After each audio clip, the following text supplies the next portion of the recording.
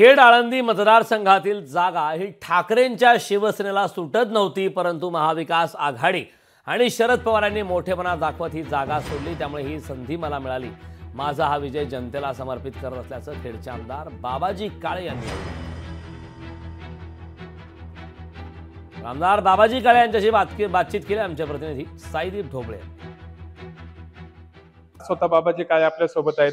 दादा मला सांगा, खरोखर ही शीट मिळवण्यासाठी देखील तुमचे शेवटपर्यंत प्रयत्न सुरू होते।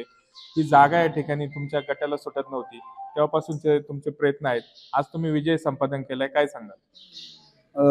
खरोखरच जागा शिवसेनेला नव्हती, परंतु तरी सुद्धा महाविकास आघाडीने शरदचंद्रजी पवार साहेब असतील, उद्धव साहेब असतील यांनी एक मनाचा मोठेपणा दाखवून खेड आळंदीला ही शिवसेना उद्धव बाळासाहेब ठाकरे या पक्षाच्या माध्यमातून जागा दिली।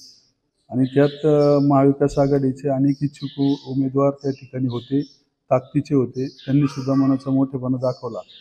आणि तो का दाखवला तर तालुक्यातील जनतेचं एकच म्हणणं होतं की परिवर्तन करणं गरजेचं आहे।